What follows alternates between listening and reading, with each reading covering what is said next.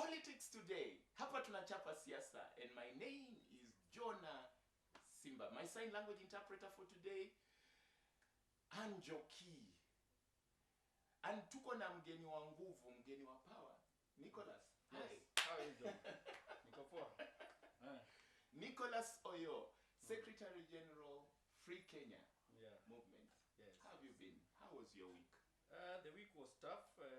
We've been trying to organize ourselves as Free Kenya. Right. Because Kenyans are telling us tufanye kazi yetu kwa nguvu. So tunajipanga. Okay. Yeah. Now, just a quick one. Mafuta, have you fueled? Umepitia kwa petrol station? It's a mess, Jonah. Yes. And I think it's very unfortunate, Jonah. Right. Because somebody must, heads must roll, Jonah. Because there is a court order against this issue. And I think there is even a contempt of court proceedings that have been opened. Right. I really hope. I've not seen the petition. But if it was me, and I will look at it and see if we can participate in that petition, yes, somebody must be taken to task, Jonah. Because you cannot continue to look at court orders like things that you can't follow. That's not fair to this country. It's very unfortunate. If you want to work under someone and you want to take instructions from someone else, please remember that if you are looking at your godfathers, there is also what you call the fathers of the godfathers, which is the constitution. So really, if you don't want to work with the constitution, you will ship out, Jonah. So, just a quick one. In case someone was to be taken to court, who is the problem here? The head of EPRA must face the situations. Yes. EPRA itself must really be looked into where that order came from. But then I want is to ask, Energy Petroleum Regulation Authority? Yeah, authority, yes, the one Right. that sets the prices. Okay. But then I want to believe that this should go all the way to a CS, the CS of petroleum. He needs to face the consequences. And that lands on Moses Kuria? No, that is not Moses Kuria. That is Davis. That is Davis Chirchir. David Chirchir. He needs okay, to face Moses Kuria is the Minister for trade, the CS yes. for trade. Yes. This time is not Moses Kuria. This time Moses Kuria is not in there. Okay. But the CS for petroleum Is and Davis Chirchir. yeah, he must face the situation, Jonah. Okay. He must at least be asked to write an apology to Kenyans. How is the name Omtata spelled? Omtahah. Omtata. Omtahah. Omtata. There's a H at the end. Okay, whatever.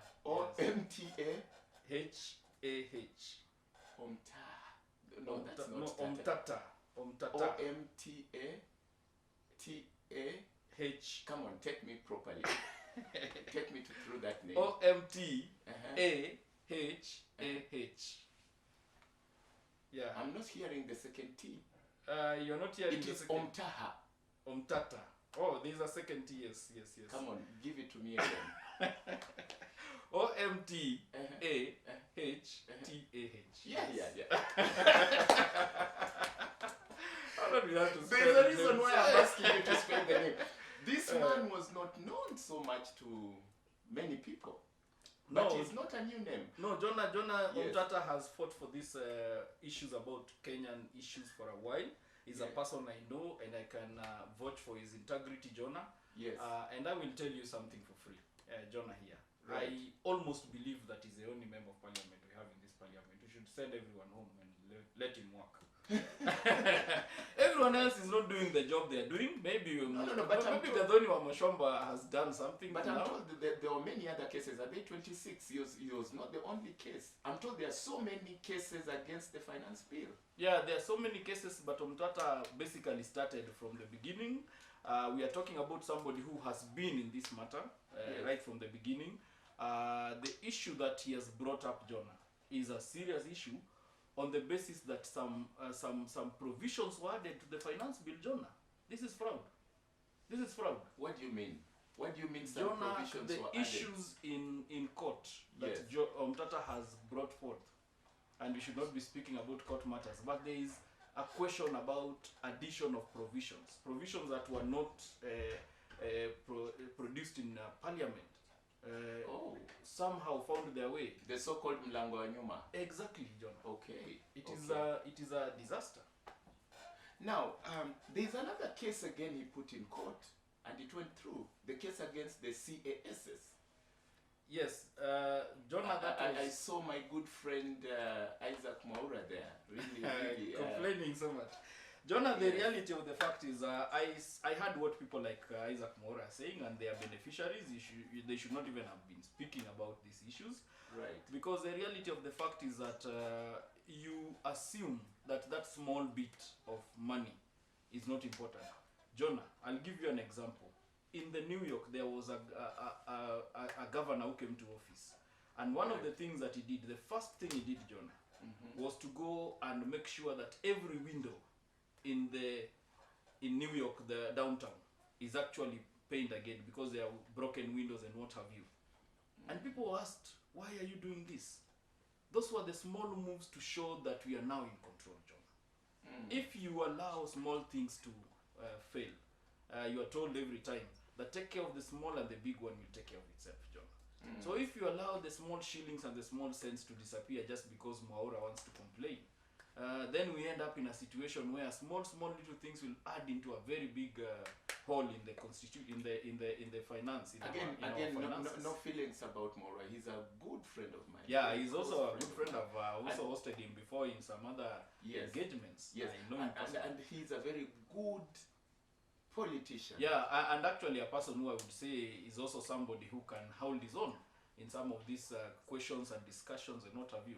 Yes. But then Jonah, the question of the number of CSS is an issue. And Maura might just go back because maybe if there's a discussion and compromise, there could be an acceptance that the 23 CSS come back. Okay. But then the 51, that one now will be unfair to Kenyans. Okay. Wow. 26 cases?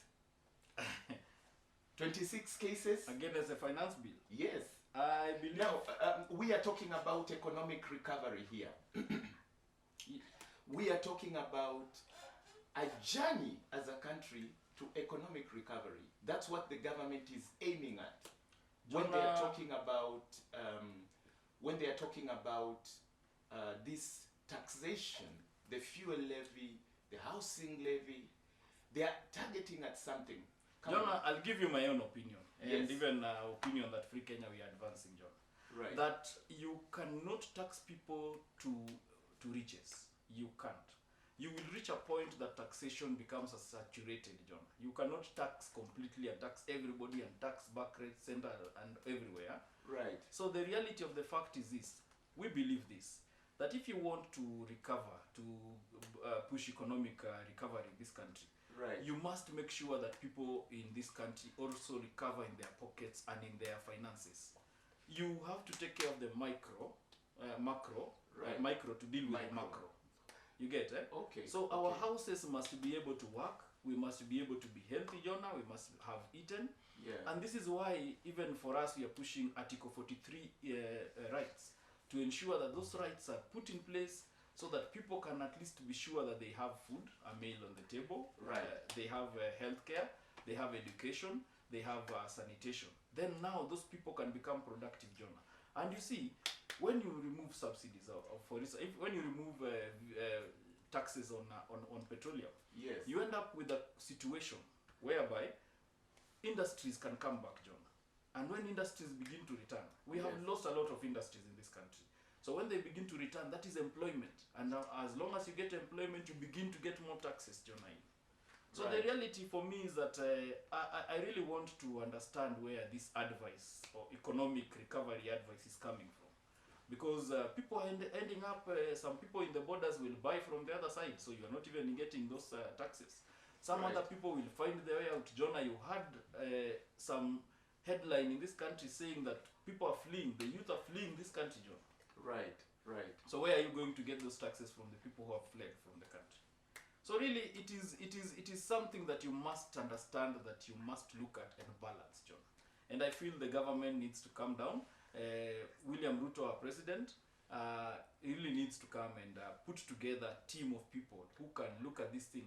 not from the perspective of just a group of people who want to please him, but even those who that will tell him the painful things that he needs to hear. Okay, talking about the painful things. Talking about the painful thing, is it now a reality that we are not going to have anything easier, in your opinion, for the next how many years? Jonah, it might go even for some 10 years. I was looking at another statistic that was saying that the 10 countries that look like they are going to go bankrupt, Kenya is one of them. I will share that link and all that stuff. Yes. But really, this is something that is amazing to imagine that we can end up. That's a heavy statement you're making. You know, when you are talking about a country going bankrupt, you are talking of you know, just everything stopping and no functioning. Bankruptcy is a reality we have to begin to consider, Jonah. If we are going to a point where we are talking about our debts becoming too much. Yeah. And Jonah, if you've had some of the people, debts now have hit 10 trillion already. Yeah, and the issue and counting. The question, Jonah, is Yes. about the debt based on the figures that you have, how much you service your debt. So Right. if you're talking about a 10 shilling or 100 shilling, and you're using 70, 80 shillings to service your debt, then what remains for you to run government? What remains for you to do everything? 20 vote. To do development, to do services. So really what I had the people like Jimmy Wanjigi and even Okia Mtata talk about is that the reality is that we have gone to a point that our debt is moving towards a level where it's not any more sustainable. And Jonah, there have been examples of countries where when debt reached a certain point, 70%, 65%, they had to take action. And some of them were the actions that Jimmy Wanjigi has been talking about. Yeah. To agree that we are debt, we can't service our debt anymore. So that that means that there is a discussion about how do we now restructure that debt. That is one thing. I saw a president pushing for some of those restructure in Paris the other day. That's a good line to take. Or president of another country or no, country? William Ruto was in Paris, and one of the things that I noticed was he was talking to other presidents, and including Macron, the president of France, Emmanuel Macron, and he was basically telling the team there, the meeting, that it is important that we must, as Africa and as the West, agree that this debt is a problem and it is going to interfere with our servicing of our of financing our climate change issues. And so the most important thing is that the rest of the world agree that Africa, yes, is indebted, number one. But then the agreement must be that we restructure this debt, create one major debt, so that we can be able now to service that and take a grace period of 20 years and do it for 50 years. So that was he was saying, and he was even saying that there's need to do some funding for the climate change, so that matter can be sorted out, John. Servicing for climate change. Yes, financing for climate change. So that really it becomes a debt that is given now, and the rest of the debt is put together with that, and so that is given a 20-year grace period so that we can develop some things, and then we move to deal with the question of paying that after in a 50-year cycle. So Jonah, is that doable? Do you think the international community will agree to that? And even as you're thinking about that, there are two aspects here that this government seems to be dealing with to bring this economic recovery. Fuel levy and housing levy. Big trouble. Jonah, and this is what is taking I'll tell you something from my streets. heart. I'll tell you something from my heart. If you were to deal with the question of making sure that people can have something to eat in their homes. Right. People can have capacity to travel at least. People can have food, sanitation. People can have all these things. They will be productive. Of course, and you will probably, healthcare, education. Right. You will end up having a situation that they'll be productive in the long run, even in the short long run. Yes. But then if you want to press people into a corner, then it will be a problem. And for me, I feel that it is important that when we are talking about the question that they're dealing with, fuel levy and housing levy, first of all, housing, Jonah, I've always insisted, housing is not a really important matter beyond the food, because you must make sure this person is alive so that they can live in that house. Yeah, even though they are arguing that the reason why they are pushing the housing is to provide jobs and to bring economic recovery. They're saying they're looking at that housing story from a bigger picture. It's not just a house. Jonah, it's very questionable when you talk about housing jobs, because you can take, for instance, this studio. Once it is built, Jonah, right, you can't have those workers here every day asking for. That's not a job. It's a wage, Jonah. That's a wage. That's not a job. We have to be clear what a job is. The description of a job is something that you do, and it continues, and you can even have it used to build your pension and what have you. We need to really deal with this question of agreeing what exactly is a job, because these are wages. There are people who will come and they will be told, umefanya kazi siku tatu, yako imeisha, enda nyumbani. That is a fact. And now, Jonah, the other issue that comes in. Right. These days we have machineries. So you end up in a scenario where the site that you had when we were building the site to go to heaven, the Tower of Babel, yes, and compared to now, it's very different, Jonah. That time, everybody had to be in the site. So many people, you had to even, I don't know if you had to put number plate registration for everybody to be sure that you have everyone in, you know everyone who is there. But now, you can find a site as big as, say, Times Tower, and very few people are there when Times Tower is being done. Yeah. You could look at the workers there and you see there are not so many. And now it's even worse, John. So really, when you talk about the jobs that are going to be gotten from this issue of housing, we really need to have a discussion of it. And Jonah, if you ask me, this matter should not have been a matter of the taxes. This matter should have been a matter of a housing levy as a clear bill to deal with the issue itself. Just the way we have an NHIF and an SSF bill and acts. Right. This one should have been a housing bill, so that we deal with the question, we discuss those issues separately, and deal with those issues they are saying. So then let's talk about this. Kibaki got it right. For now, we say Kibaki's economic policies were good. We could even say Margaret Thatcher was okay. Yeah. Now the thing is this: he used the interest rates. You remember that story? He used the pushing down interest rates. Yeah. And it worked. You see, the question that we are facing now is I feel that the president needs to take an economic conference in this country, or something, a summit of some sort, to bring everybody and bring all the colors and shades and ideas and multi-sectoral and what have you. Let them deal with this question and help you to deal with the question of our economic problem. Because if you're taking this from a few people who may be telling you because they want to tell you what you want to hear, you might be facing a problem, because you may not get to a point that you recover this economy, John. And when you don't recover this economy, or even if you are recovering economy for certain people and other people are going to be hungry and what have you, then you face a problem.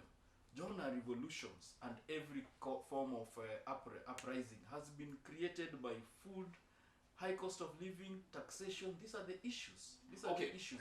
Let's go back to the staffing. I keep asking you this question. I've not asked you once, I've asked you severally. But now I want to bring it again to you. You are talking about the team. Recently, more members were added to the team, including D. Yeah, he was added into the cabinet. It's a matter that is now in court again, Jonah. Right. LSK has gone to court over that matter. LSK are the ones who also went for the CAS and won that case. So really, Jonah, the question of bringing strangers to the cabinet is a question that even the former President Uhuru Kenyatta faced, and it was basically agreed that that cannot be sustainable. So I really want to hear what the courts will say, but then it's a question that has been dealt with before, and I don't think that it is about adding the cabinet. Then fire some people and put other people who are going to work for you. John. The question is this team able to bring us out as a country from economic problems? Maybe they're adding this new group to make the team stronger. Can't you see that? Jonah, the question of cabinet is very clear in the constitution. It is 22 CSs, president, a deputy president, and 22 CSs. Okay, now they have And added the Attorney advisors. General. Yeah, now they have added The advisors are not recognized in the Constitution, Jonah. They don't belong in the cabinet. They can do their job elsewhere. They don't have to sit in the cabinet. Because the cabinet is very clear in the Constitution, Jonah. So the reality, if the president feels that the team of 4 who are supposed to be his advisors are better than what he has, then fire some people and get some space for the 4 people in the cabinet. They are qualified to be in the cabinet, if you ask me. So bring them to the cabinet and then fire some people. We can pick a few people you can fire. Well, this I don't want to mention names. Don't get there. Don't get there. Don't get there. In fact, I want to pose a sensitive question to you. Yes, then. yes. Then is our team okay? I've already asked it, but let me bring it home. Do you believe in this team? Apparently, the president does not believe in his team. So why would I believe in his team? Because if he has to bring advisors to cabinet, Jonah, it means there is a question of not believing in the team fully. And that's why I'm saying, restructure cabinet. Send some people packing. Be serious for once. And make sure that some people will know that if you don't do your job, you'll go home. Because if it's a matter of advice on questions of economy, then we need to look at the finance docket and ask ourselves if there's need to add an economic planning docket. And if you do that, Now, Jonah, the question yes, of cabinet yes, is this. Yes. You are given 22 slots. Right. You can decide if you want to put agriculture in the 22 slots. That's your problem. If you feel that's the only thing that you want to deal with. So you can decide and restructure cabinet and ensure that you have the 22 dockets. And if you feel that the economy is a docket that you need to deal with, then make sure that you have even 2 cabinet persons dealing with the economy. One dealing with the question of finance and budgeting and what have you, but another one dealing with economic planning. John. Yeah, there was a time when we had one Oparanya Yes. in planning. Yes. And one Mwiraria In finance. And that is the team that delivered what we are talking about, John. Right. Because there is somebody who sits there and their job is to look at the question of the economy and do it from the cabinet portfolio, and that is something that helped us then. So if the president wants free advice, I would tell him restructure, fire some people, get some people back in. If it is D who looks like he is going to help you, then put him as a CS. Okay. Certainly, there is one big enemy to this economic recovery. You just talked about it, the huge debt burden. And the president says the only way to come out of it is to borrow more. Do you agree with that? John, I don't believe that that is the only way, but I think that it is one of the ways you do a surge, Jonah. For instance, I'll give you an example. When you want to remove a force like the way they had Iraq and Afghanistan, you do a surge to deal with the questions, existential questions that are going to emerge, then you leave. So maybe if he's talking about borrowing as a surge, that would be something that he tells us is okay. But then, Jonah, the question is this. You're borrowing for what purposes? You don't borrow for you to deal with the question of lavish spending in government. We have seen that aspect, Jonah. And it's very unfortunate if that is what you're borrowing for. If you're borrowing to buy vehicles, then that's wrong. If you are going to do borrowing like that, then there is also supposed to be austerity measures in this other side. Clear austerity measures, Jonah. The government must decide to tighten its belt. The government cannot become very big and feel that it is helping us. By the way, for the sake of our viewers here at Politics Today, that austerity measures issue, what is it? Austerity is, Jonah, when you realize that in your budget at home, you can't afford buying newspaper, you can't afford buying maziwa, you can't afford buying bread, so you decide tutakuwa tukikunywa kahawa chungu ama ni kahawa tungi. Okay. Tutakuwa tukikunywa hakuna mkate round hii. So it's more like scaling down. Scaling down, Jonah. Scaling down, and you decide to start walking. That's scaling down, Jonah. So that is exactly what you're saying. If you take it to the macro, to the government, then it means that government must decide that there are things that they don't have to do. Is that what? And that was the issue of the CSS. That was one of the questions in CSS. During Moi's era, the international community, IMF, and all the people that were lending, they said for you to be given more money, you have to do. There was a word they used. Was it structural adjustment programs? Jonah, the problem with that particular episode right, was that they decided that the things that you are giving your people, these are the like things like education and what have you. right. They said that you need to change the way you are doing your education, so that now instead of doing free education, for instance, and people don't realize we even had free education earlier when Moi was there, 70s and 80s. Right. There was something called free. There was some sort of education system where you would go to school and you have books and pens and even sitting, and you even had a situation where students would go twice. There was given. We used to be given pencils exactly, in school. Exactly. That, yeah. So that when structured adjustments programs came, those were the things that were stopped. We came up with something called cost sharing, Jonah. So it meant that parents had to pay something, and someone else has to pay, and the government pays something. Yes. And so now these are the questions you're saying. The services that are social services that are very important to a country, to ensure that some of the people that are suffering can move a bit higher so that they can organize themselves, end up being taken away. You remember in university people used to have boon. Now those ones all went. That was a structural During the boom adjustment. time, people used to use bread to clean tables. You remember? It was. Of course, that was wasteful, and we needed to deal with that. Yes. But then the question you are talking about is that kind of a scenario. Right. Where you come and you restructure government to a point that now government becomes like a private kind of sector kind of a thing, which looks at profit as opposed to social, outcomes of what you call services to people. Yeah. Now, we've just spoken about the debt issue. We are about to go for a break, but when we come back, let's look at another enemy here. The Azimio rallies. The Saba issue. Is it really an enemy, or I don't know? We'll look at it. When we are talking about economic recovery, because that point will always come out from the KK team. How do you expect us to work like Kibaki? Now Kibaki has become a cliche.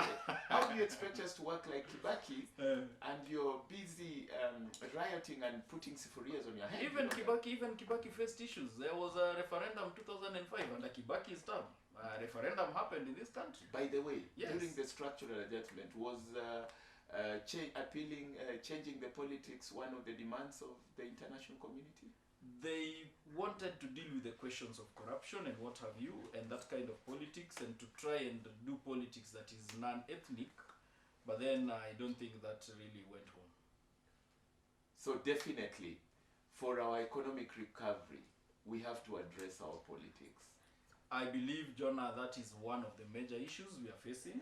Our politics is really antagonistic. Every time you stand to speak, you don't want to speak to. You speak at, and this is something that we are really looking like we are perfected that art, and we really need to deal with it. Viewers, we are speaking to you here at Politics Today. See you after the break.